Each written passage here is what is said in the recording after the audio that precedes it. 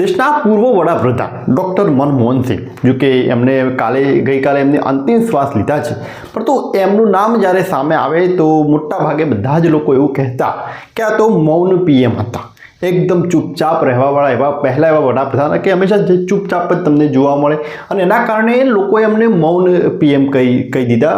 મૌન પીએમની ઉપાધિ એમને મળી ગઈ હતી. એમના ઘણા વર્ષોથી એમના પાછળ એક જ ટેગલાઇન રહી છે કે મૌન પીએમ એટલે ડૉક્ટર મનમોહન સિંહ. પરંતુ આ મૌન પાછળ પણ એમને ઘણા બધા એવા દેશના વિકાસ માટે અમુક એવા નિર્ણયો લીધા હતા કે જેના કારણે કેટલાય લોકો આજે એમને યાદ કરે છે. એમનો એ ભારતને વિકાસમાં હરણફાળ ભરાવવામાં ક્યાંક એમનો સહયોગ ખૂબ જ છે, એને લોકો આજે ભૂલી શકતા નથી. ઘણી બધી એવી આર્થિક સંકટના સમયે ડૉક્ટર મનમોહન સિંહના નિર્ણયો આજે પણ ખૂબ જ ચર્ચાઓમાં જોવા મળ્યા છે. 1951માં ભારત ઉપર બહુ મોટું આર્થિક સંકટ જોવા મળ્યું. એનું કારણ હતું કે એ વખતે ખાડીનું યુદ્ધ થયું, જેના કારણે ભારતમાં તેલની ખૂબ જ અછત સર્જાઈ હતી. ભારત જોડે પૈસા નહોતા, એટલે એ તેલ ખરીદવા માટે એમને ખૂબ જ સંઘર્ષ કરવો પડતો હતો. ઇકોનોમિક ક્રાઇસિસ ભારત ઉપર ખૂબ જ સર્જાઈ ગઈ હતી. એ ટાઈમે ભારતે ચોરી છૂપે સરકારનું સોનું ગેરવી રાખ્યું હતું. જોકે એ સમયે નરસિમ્હા રાવની સરકાર હતી. પછી નરસિમ્હા રાવે ડૉક્ટર મનમોહન સિંહને એ વખતે એમને નાણામંત્રી બનાવ્યા, અને એમણે જ્યારે નાણામંત્રી બનાવ્યા એ વખતે રૂપિયાની જે હાલત હતી એ 18% રૂપિયાની કિંમતમાં ખૂબ જ ઘટાડો હતો એ ટાઈમે. એટલે એ વખતે ડૉક્ટર મનમોહન સિંહે એ પ્રકારના નિર્ણયો લીધા. એમ નિર્ણયો લેવા ખૂબ જ અઘરા હતા કે જેથી દેશનો વિકાસ થાય, ક્યાંક આર્થિક રીતે ભારતનો વિકાસ થાય. એના માટે ડૉક્ટર મનમોહન સિંહે પોતાનું એક બજેટ તૈયાર કર્યું. નરસિમ્હા રાવની biography the man who remade ઇન્ડિયામાં મનમોહન સિંહે પહેલું ડ્રાફ્ટ જ્યારે નરસિમ્હા રાવને બતાવ્યું ત્યારે એ ખુશ ન હતા. એના પાછળનું કારણ હતું કે એમાં અમુક એવા નિર્ણયો હતા કે જેથી આખું કેબિનેટ, નરસિમ્હા રાવનું આખું કેબિનેટ ક્યાંક મનમોહન સિંહની વિરોધમાં હતું. એના કારણે ડૉક્ટર મનમોહન સિંહે ફરીથી બીજો ડ્રાફ્ટ તૈયાર કર્યો. બીજા ડ્રાફ્ટમાં એમણે ઘણા બધા એવા અમુક સારા એવા નિર્ણયો લીધા કે જેના કારણે દેશનો વિકાસ થઈ ગયો. એ નિર્ણયો એ હતા કે ઇમ્પોર્ટ ડ્યુટી ભારતમાં જે 300% હતી એને ઘટાડીને માત્ર 50% કરી દીધી. કસ્ટમ ડ્યુટી કે જે 220% હતી એને ઘટાડીને 150% કરી દીધી. આ જ રીતે ઇમ્પોર્ટ લાયસન્સ પ્રોસેસ જે એકદમ સરળ બનાવી દીધું.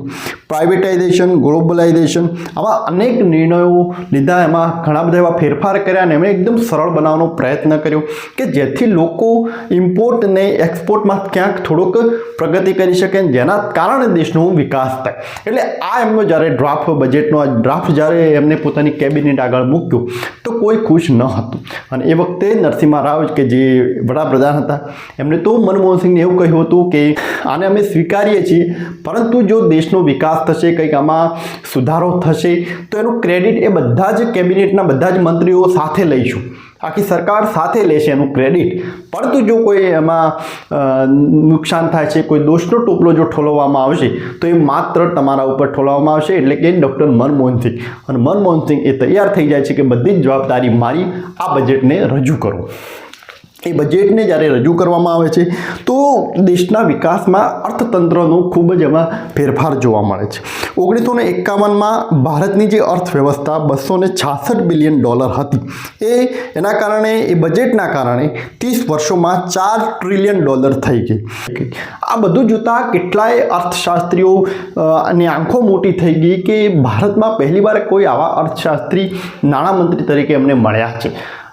ઇકોનોમિક્સની લેવલે તમે ક્યારે પણ વિચારો તો જે ડૉક્ટર મનમોહન સિંહના સમયમાં જે અર્થવ્યવસ્થા ભારતની સુધરી, જે જીડીપી જે સુધર્યો, એવો આજ સુધી કોઈ પણ સરકારમાં એ રીતનો જીડીપી ગ્રો નથી થયો.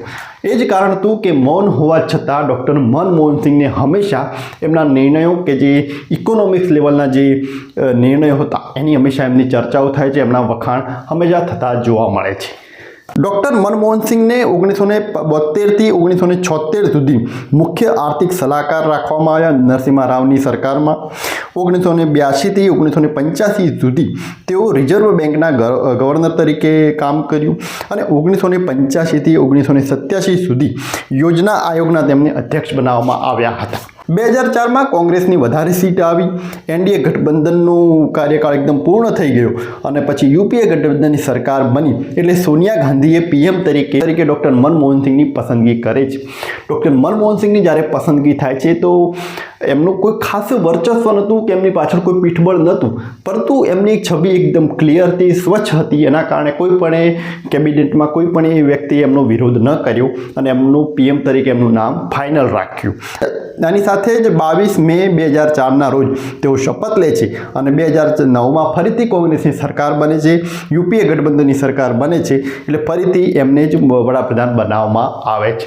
એટલે આ રીતે ડૉક્ટર મનમોહન સિંહનો એ કાર્યકાળ રહ્યો છે. મૌન હોવા છતાં એમના ઘણા બધા નિર્ણયો આજે પણ લોકોએ ખૂબ એમના વખાણ કરી રહ્યા છે.